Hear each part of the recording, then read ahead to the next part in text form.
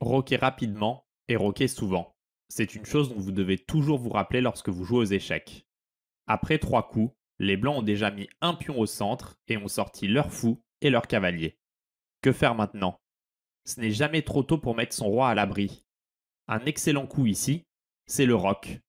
Rappelez-vous que c'est la seule fois de la partie que vous pourrez bouger 2 pièces à la fois.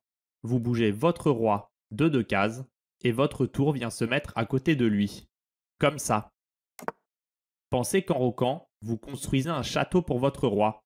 Il vient se placer devant 3 pions. Il est maintenant difficile pour votre adversaire de l'attaquer. L'autre chose positive avec le roc, c'est qu'il vous permet de régler un autre problème, celui de votre tour. Votre tour est maintenant centralisé et peut rentrer facilement en jeu. Si vous aviez les noirs ici, quel serait votre plan? Roquer rapidement et roquer souvent. Comment est-ce que les noirs peuvent préparer le roc? C'est juste en déplaçant leur cavalier en F6, préparant le roc et menaçant le pion E4. Disons que les blancs protègent leur pion E4 par D3. Maintenant, les noirs peuvent mettre leur roi à l'abri par petit roc. Les deux joueurs ont protégé leur roi par le roc et ont aussi réussi à faire rentrer leur tour au centre. Est-ce que le roc est si important?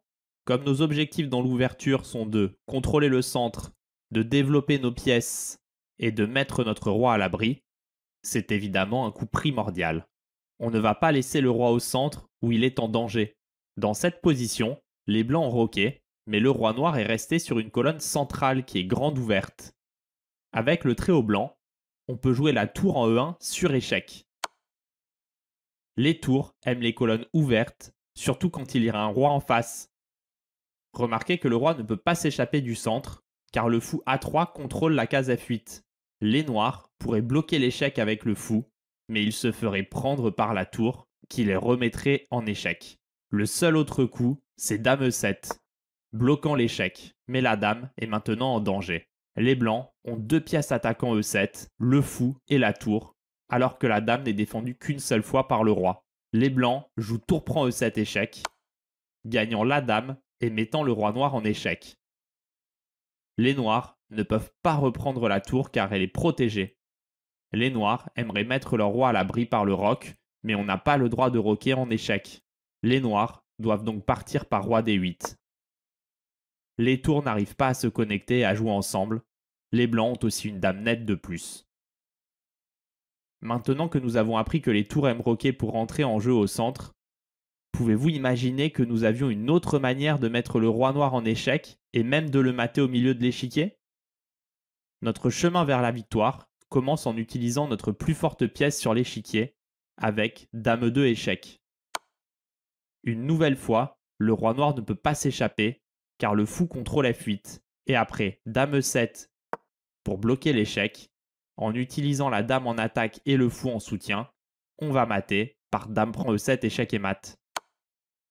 On prend la dame, on met le roi en échec et on contrôle toutes les cases du roi. Le fou est la pièce de soutien ici car il protège la dame, interdisant au roi de la prendre. La partie est terminée. Regardons un dernier exemple ensemble. Parfois, on fait de notre mieux pour roquer rapidement, mais on n'y arrive pas. Ne vous inquiétez pas, ça arrive à tout le monde. Le plus important, c'est de ne pas se rappeler des coups précédents, mais de se concentrer sur ce que nous pouvons faire maintenant pour obtenir une position correcte.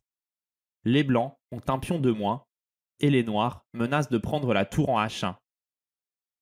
Pour encore empirer les choses, notre roi est resté au centre, et il a une tour en face de lui. Ça sent le roussi. Comment réagir avec les blancs?